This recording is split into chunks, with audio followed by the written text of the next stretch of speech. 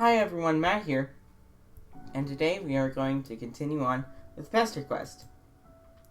Hopefully this time there won't be any long spaces in between videos. Last time we were on Route 1 of Volume 10, Route 1, and now we're on Route 2, Life in the Dream House. Blech. As you've had occasion to remark before, Alternia is a dark world, both because it's night all day long and because of its hideously brutal society, where the strong prey on the weak prey on the weaker, and all of this preying ends only when the survivors are shipped out to prey on everyone else in the galaxy. Alternia's cruelty has been on your mind for a long time, but recently it's begun to feel intolerable. You decide to take a walk in the woods to calm yourself. But it seems that with every step, your mood only grows darker, your agitation greater. As you walk, you remember the names of Alternian friends who have fallen to the planet's injustices, and your mood goes from bad to worse. You've been waiting around like a spoiled, self-centered narrative device for a lightning bolt of illumination to reveal your reason for living, to explain your peculiar and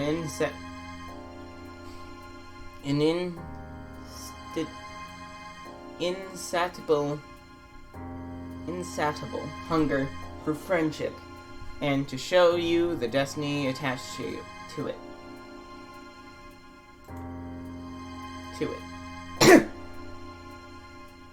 You think you know who caused this, but why?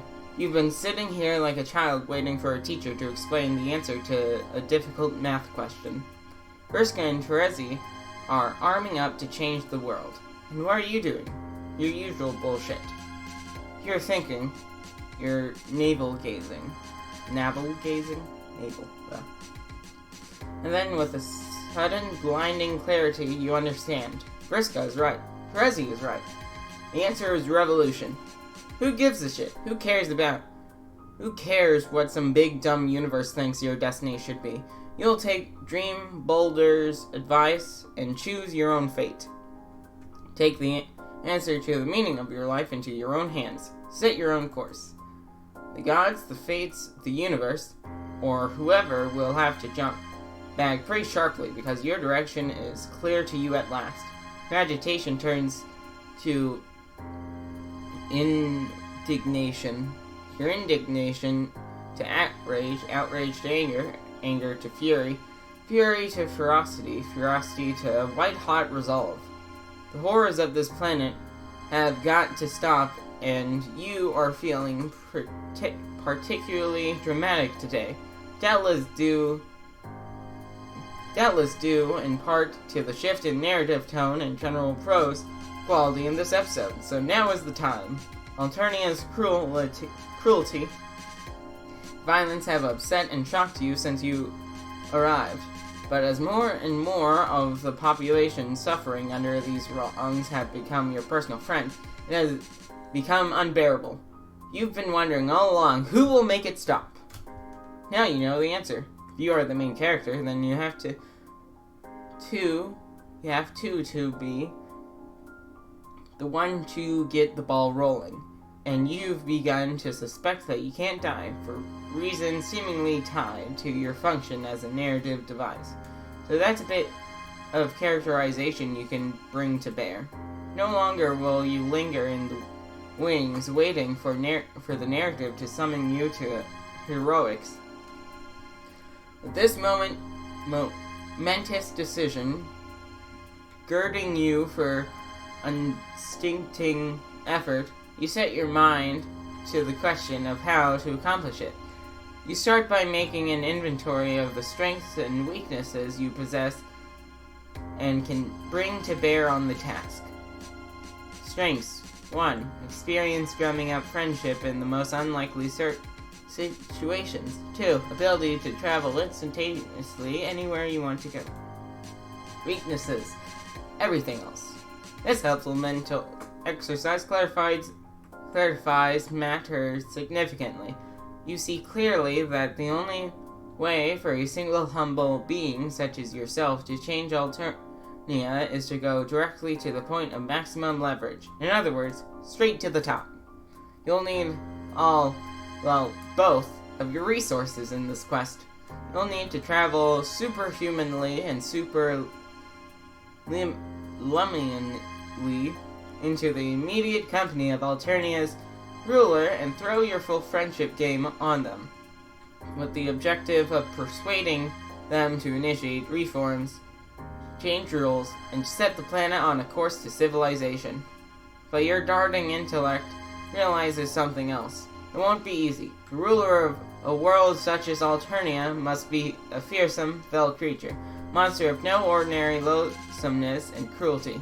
On Alternia, you've seen gigantic, ravening Luci, genocidal clowns, murderous high-bloods, and every kind of grisly crime, to a point making belief in Santa Claus almost impossible. It stands to reason that the leader of such a world must also be the cruelest, gruesome, and most terrifying being of them all, a being of nearly impossible evil. For the first time since this plan caught fire in your mind, a whisper of doubt creeps in. It occurs to you that the most likely outcome of your quest for the reformation of Alternia is a scenario where your internal organs are festooned over a wide area, your eyes popped out of your skull, and your brain splattered to a fine mist. While experience suggests that you're non-killable, that sort of thing may offend. Not to mention being excruciatingly painful.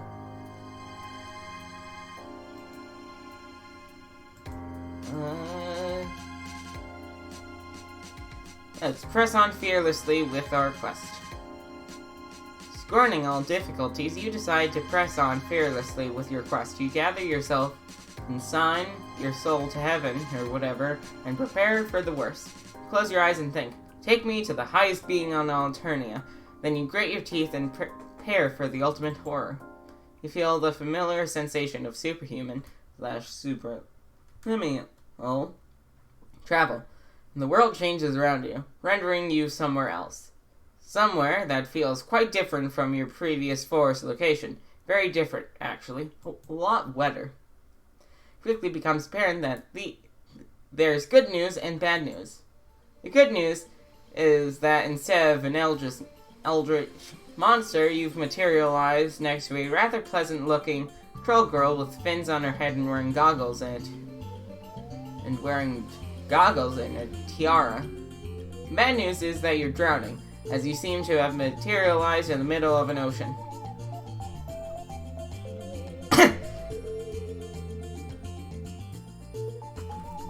Fucking voice.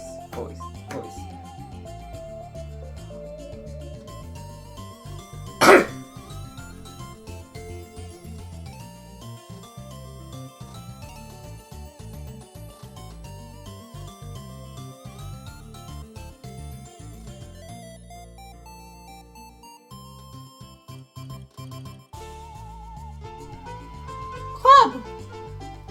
What? Club! Kelp. 380. Your own greeting may seem a bit less cheery in that it consists of thrashing wildly with your eyes bugging out as you fight not to inhale while trying to concentrate on zapping yourself the heck out of there. The troll girl watches in astonishment but suddenly seems to understand.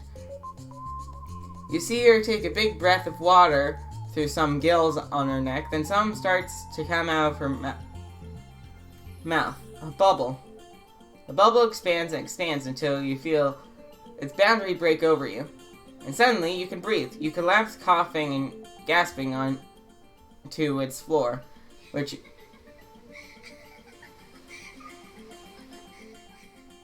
feels like the inside of a huge submerged balloon, yielding, but effectively keeping the water at bay. A troll girl sits across from you in the bottom of the bubble, staring you curiously and anxiously. Fucking voices are difficult.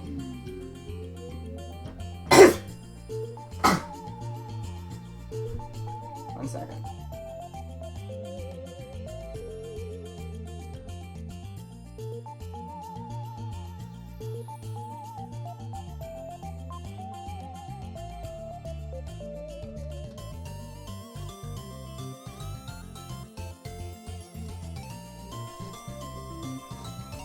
Glub. Glub, glub, glub, glub. Are you okay? Covering from your brush with drowning, you're able to notice with relief that despite her conversational quirks, she looks friendly, even glad to see you. You try to say something, but all that comes out of your mouth is water and a spluttering sound. I don't speak whatever language that is. It's very pretty, though. You burp, and some water trickles out of your ears. Sorry, I still don't understand. Do you speak any Alternian? With a great effort, you gasp yes. Oh, yay! My name is Pfeffry. Pixies. Glub glub. What's your name? You bubble weakly. It's nice to meet you, Blub. You nod politely, expel another half-gallon of water, then weakly say that it's very nice to meet her too. Not least because if she hadn't been there, things might have gone unpleasant for you. You're welcome, but what are you doing here? Almost nobody comes this way. It's not really on the way to an enemy where. She looks sad when she says it, and you wonder, what? She looks sad when she says it, and you wonder that some poor troll child should be living all by her. And you wonder that some poor troll child should be living all by herself way out in these submerged parts, so far from anyone. How did you manage to appear from nowhere like that? You almost gave me a heart attack. Glub glub. You tell her you were trying to use some superhuman powers you have to go visit the highest being on Alternia. The troll girl seems to perk up at this. You wanted to come visit me? You shake your head vigorously to try and get the water out of your ears. The troll girl looks disappointed. Glub, you didn't come to see me? You apologize and say that you're quite happy to be visiting her, but that you misheard her last remark. You thought she implied that she was the highest being on Alternia. Just goes to show how deep submergence and waterlogging can cloud your hearing. Oh no, Glub. You heard me right. I am the highest being on Alternia. Most of the time. I'm the future Empress. Heiress to the throne of the Alternian Empire. Which is a great big glubbing pile of whale poop as far as I'm concerned. What? You look around for multiple razor-toothed, fire-breathing, acid-spitting heads, tearing claws, and bad attitude that you're sure Alternia's highest being must have. But then you start to remember your Alternian social science. You haven't had any formal Alternian education. You're not even sure narrative devices, however indispensable, are eligible to sign up for classes. But you pick this stuff up when you hang around a place long enough. I can not speak. So you know that the Empress spends most of her time off-planet leading merciless troll hordes in conquest of the galaxy. You also know that there is only ever one other member of her royal fuchsia bloodline, the Heiress, in existence at any time, as long as the condescendence doesn't kill her on her rare visits to the home planet, that is. The troll girl glubs sadly, and you realize that being the only fuchsia blood on the planet must be lonely. Not only would you have enough strength to accidentally tear any troll who visited you limb from limb without noticing, but you've heard some sinister things about the Heiress's Lusus. Something about it being the size of a continent, hungry as the void of space, and evil as the hell devils go to if they're bad devils. Something that might discourage casual visits by friends who don't want to double the snacks. At the same time, you wonder that such a seemingly agreeable and sensitive troll as this girl could preside over such a grindingly horrible planet as Alternia. How can she live with herself? Does she even know what goes on outside of her insular little ocean? But you put all that aside for now. Here you are, right where you wanted to be when you made your master plan for Alternian reform. You haven't been devoured, dismembered, or decapitated, and the person you want to persuade seems eminently persuadable, not to mention friendable. So, you're ahead of the game so far. Time to take full advantage. Your Royal Highness, you begin. Blub. Call me Fef, Blub. It's much friendlier to be on fish name basis, and I'm so happy and excited to have another friend. Perfect Phase 1 of your plan seems to have practically accomplished itself. But there's no time to waste, as the air in the bubble your new friend created is starting to get stuffy, and you know you're going to have to zap out of there soon. You mention in a casual, conversational tone that you've been visiting Alternia for some time now. Club, do you like it? It's certainly unusual. That's putting it lightly. I'm sure everyone has been incredibly mean to you. Well, yes, to start off with, at least. The Sea Dwellers think they're so much better than everybody else, but they're just a bunch of shellfish, arrogant bassholes. Dear God. The high bloods prey on the lower bloods, and no one cares how other people feel, or even if they live or die. Drones fly around krilling any weak or useless. She seems to know. Maybe she's got plans of her own. Phase 2 of your plan is half in the bag. Alright. You feel dizzy suddenly, and how your quest is working out without the least effort on your part. And also from lack of oxygen. You're gasping for breath, and the darkness is gathering at the edges of your vision. And in a minute, you're going to pass out from oxygen deprivation. What's to be done?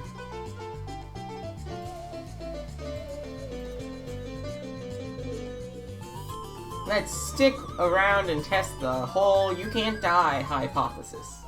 You're fading fast. A black tunnel is closing around you, and sounds are getting dim. You wiggle your fingers and try to gasp out an entreaty. Blub, are you okay, Blub?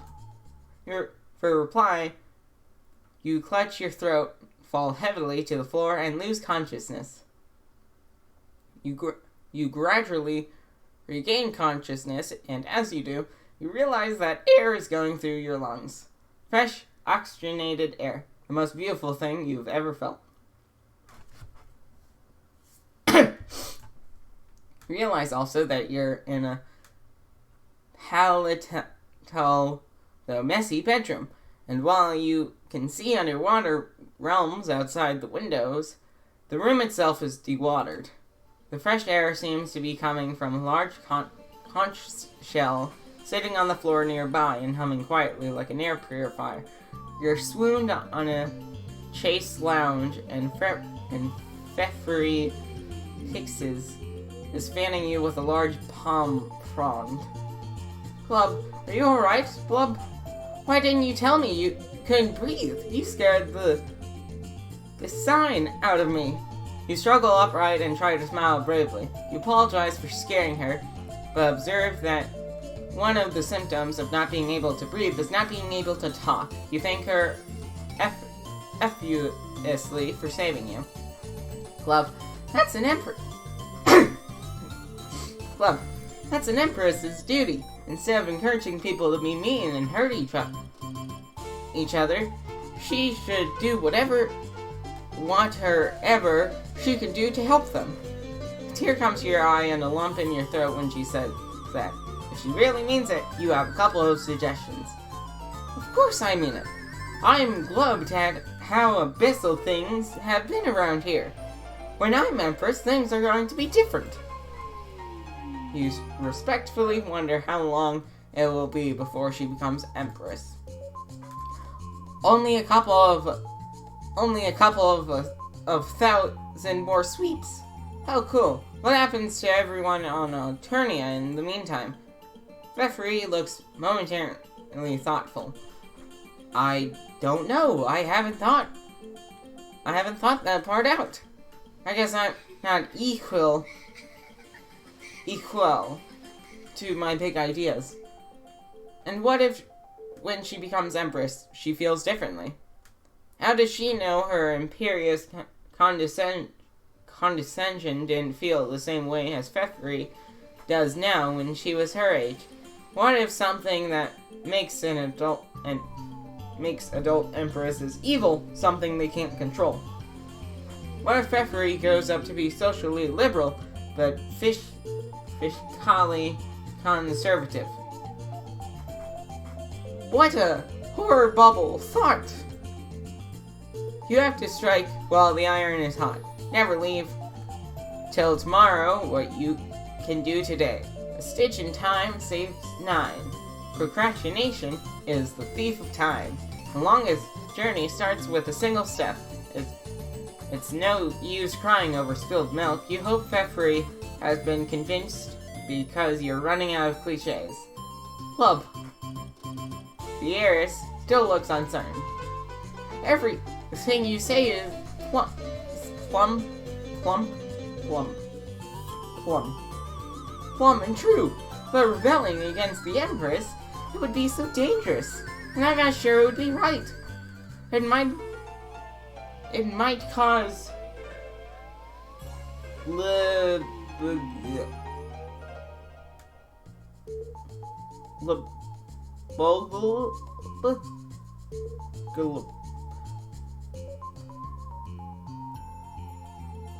in the fuck? Glub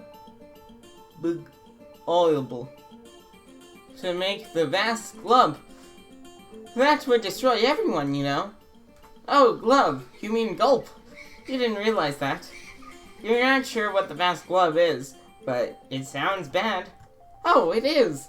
Before we do enemy thing, we need more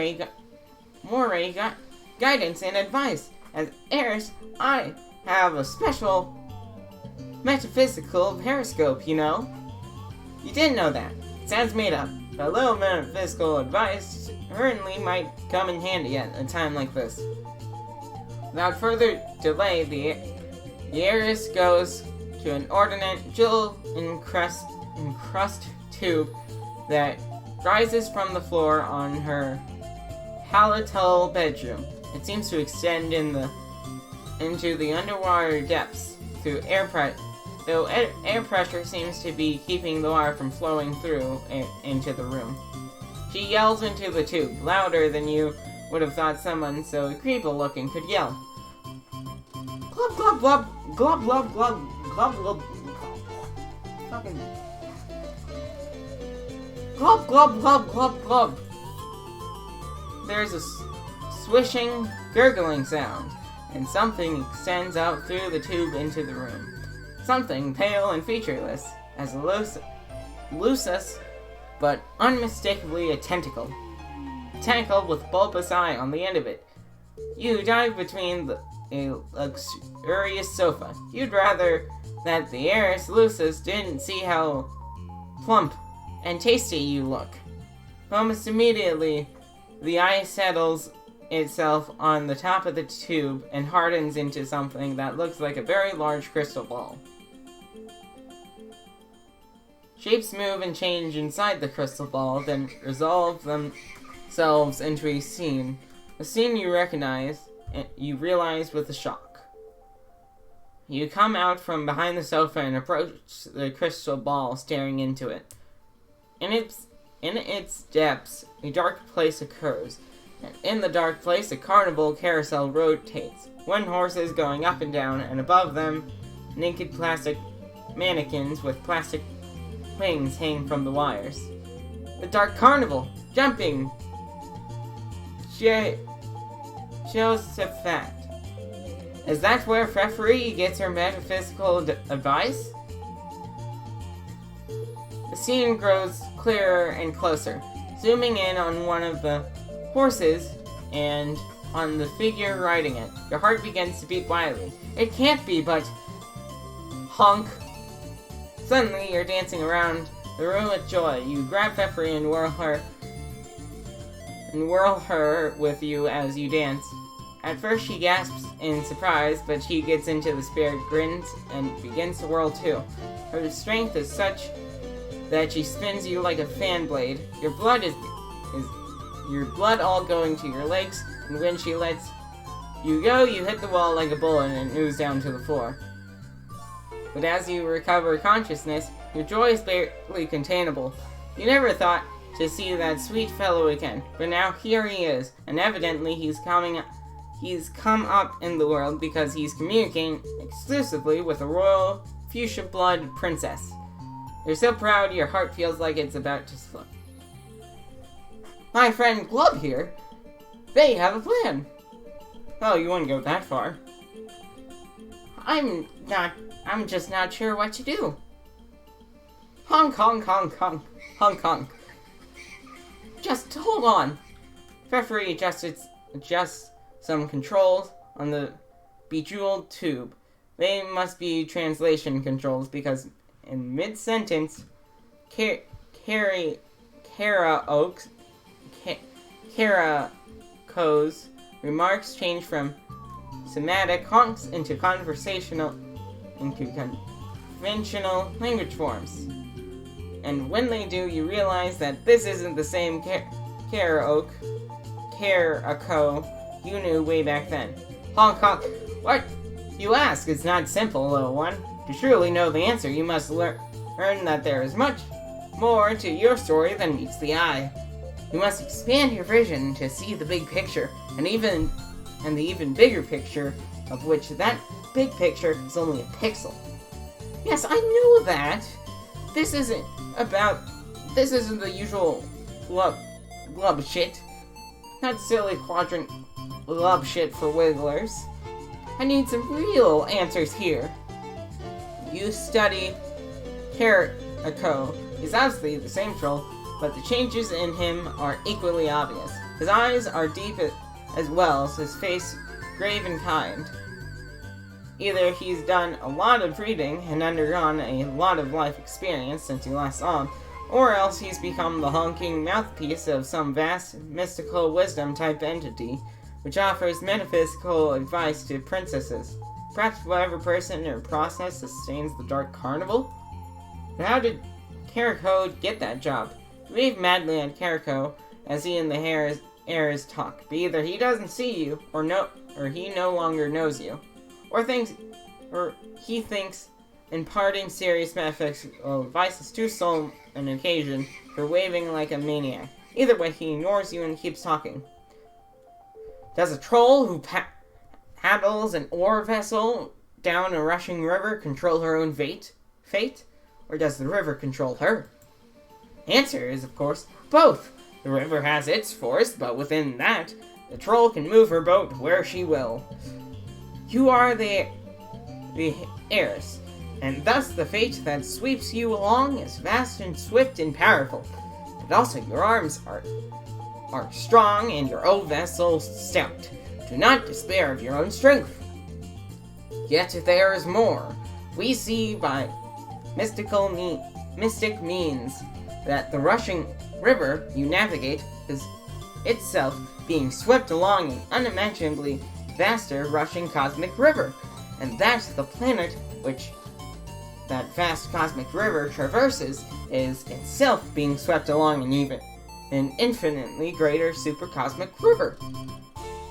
There are many such metaphorical cosmic river levels in this particularly instantation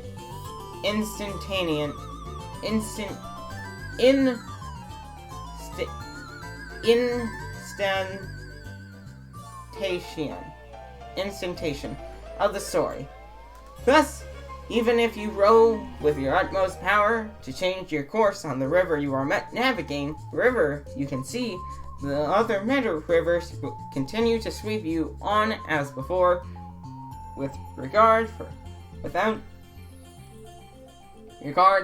for any tiny adjustments that you may make down at your level. Yet do not despair. You may yet, through long and deep meditation, transcend the bounds of the small world, rising higher and higher, so that you are able to see and comprehend and transcend those vast and meta-vast cosmic river levels one by one. And what you can see, you can learn how to navigate, using meta-vessels and meta-orbs fashioned from the meta-cosmic star stuff. Yet also remain humble. Above the creator of this world is yet another creator, and above him, yet another creator greater than even him, and above her, yet another creator. These vast powers move all things like pieces on a chessboard, yet, if the chess pieces grow wise enough, they may move the movers. The powers that move in these universes upon universes are unimaginably large, and yet you are unimaginably small. Yet nonetheless, for that you and your smallness and your small world are indispensable, like a key piece at the bottom of an infinitely tall Jenga tower. Knowing these things, do you wish to undertake the great work of awakening and enlightenment that will bear you into the full light of reality? It is a work of millions of mantras, thousands of sweeps, and hundreds of lives. For knowing these things, do you instead choose to ply your vessel in the waters of your own world, remaining the person life has made you, remaining a key yet unknowing piece in the towering stack of universes, influencing your own destiny on your corporeal river, swept to destinations beyond your understanding in fulfillment of the larger story. Neither choice is noble one. Your only duty and burden is to choose the one that seems best to you. Reverie turns to you. It's clear that both courses described by the wise ones being through Carico hold attraction for her, and that she's on a razor's edge between them. The merest word from you will be enough to lead her in one direction or the other. Which way do you choose to lead her?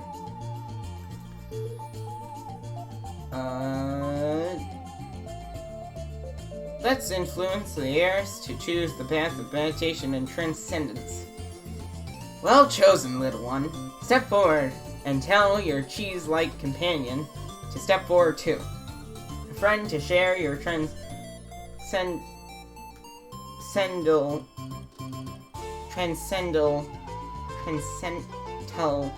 journey is a blessing, and they seem a noble and loyal cheese, though perhaps a bit overexcitable.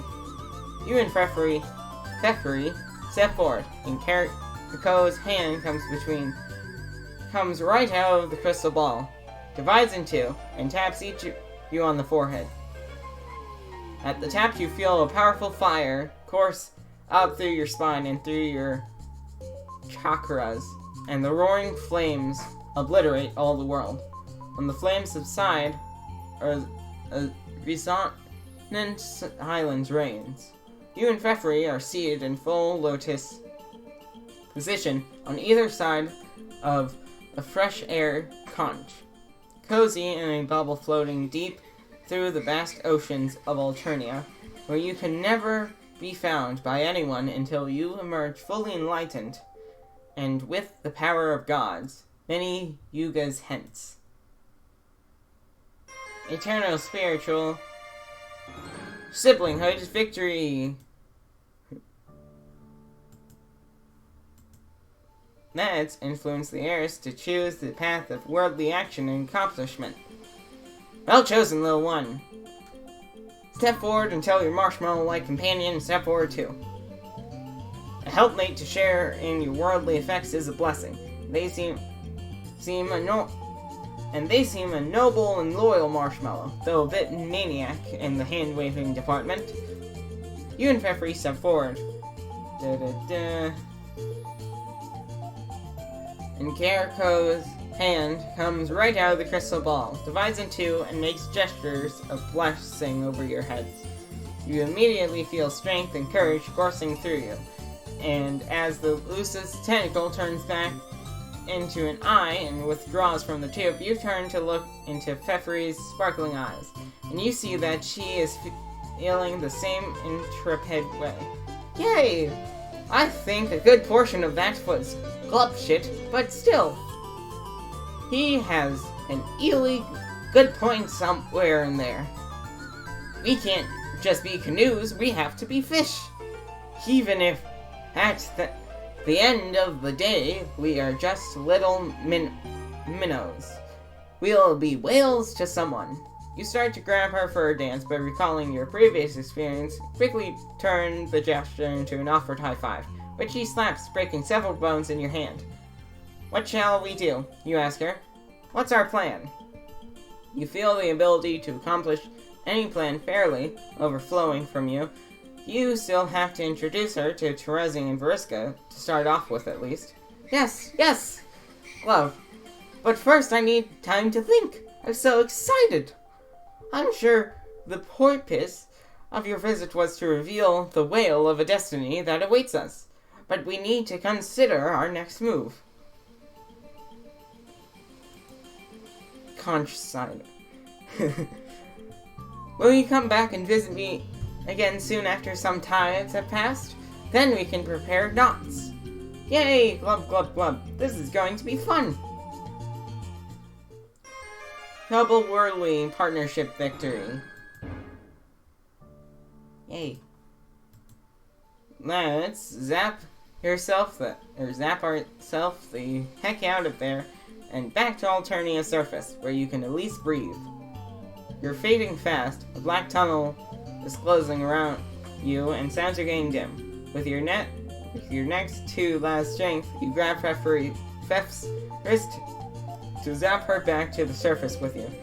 You're not done persuading her to reform Alternia, but you realize that you don't even know if she can breathe there. You feel it would be wrong to suffocate your new friend on your very first visit. So with your last strength, you let go of her wrist and zap yourself back to the surface alone. You materialize superhumanly and superluminally back in the forest. You lie on the tall razor grass for a while, gasping. Darkness receding from your eyes, sounds clearing in your ears. Once you feel sufficiently reoxygenated, you sit up.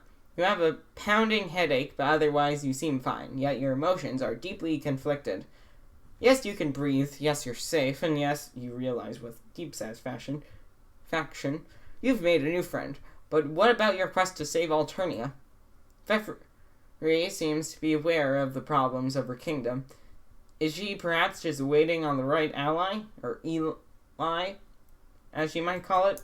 You prepare to immediately zap back to finish the job, but you hesitate. What if you zap back into the bubble and merely continue to suffocate? Or what if she's already collapsed the bubble and you materialize in the water again? What if she's not there to rescue you, or is so annoyed at your rudely abrupt departure that she decides to just leave you to your own devices? What if Heiress notices you thrashing in the water and snatches you with its eldritch tentacle for a plaything or hors d'oeuvres?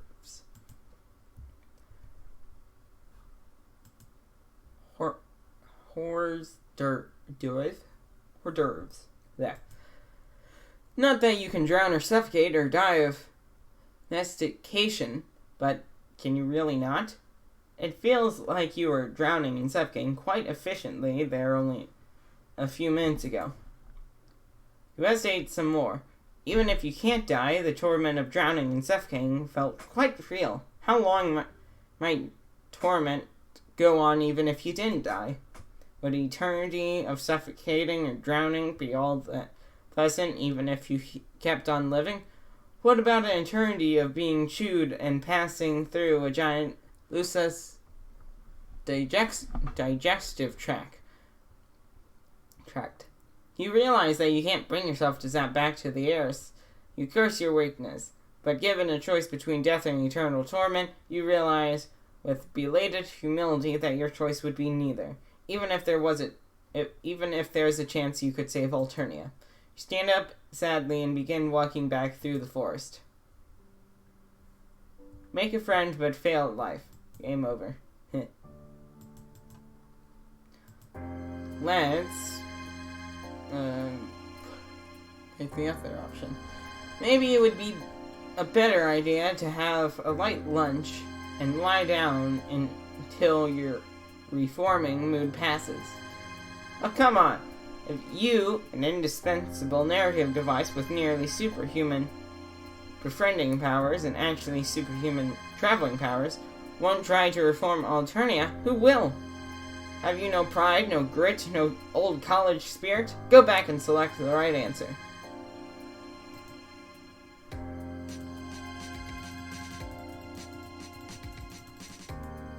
Okay, yeah, there was no choice.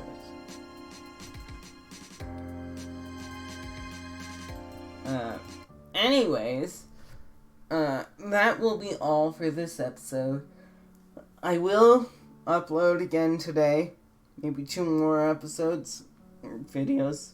But yeah, that will be all for this time on PesterQuest. If you liked the video, like it. If you like my content, make sure to subscribe. And yeah, have a good day and do what you do best.